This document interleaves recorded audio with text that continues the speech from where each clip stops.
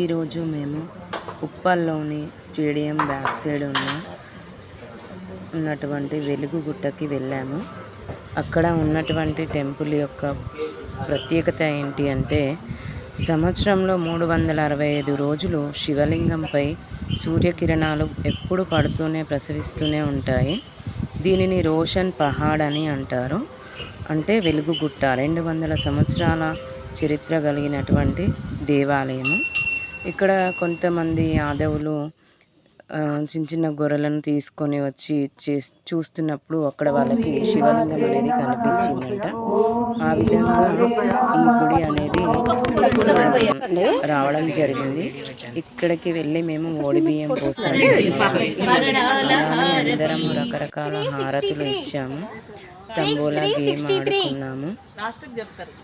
చాలా ప్రశాంతంగా అంటే చాలా ప్రశాంతంగా ఉంది గుడి. విశాలమైనటువంటి ప్రాంగణం ఉంది. అక్కడికి వెళ్తే అసలు మాకు ఎంతసేపు ఉన్నా ఇంకా ఉండాలి అని అనిపించింది. ఎలా అంటే చూడండి, ఇక్కడ ప్రశాంతంగా మనకి ఎలా ఉందో టెంపుల్. 200 సంవత్సరాల చరిత్ర కలిగినటువంటి దేవాలయం ఇది. అక్కడ ఉన్నటువంటి పంతులు కూడా మనకి చాలా సహకరించారు. కుంకుమార్చన చేసుకున్నాము. అందరం మనమే కదా. తర్వాత భోజనాలు చేశాము. ఇది మాది శ్రీశక్తి ఓడిబియ్యం గ్రూప్ అండి.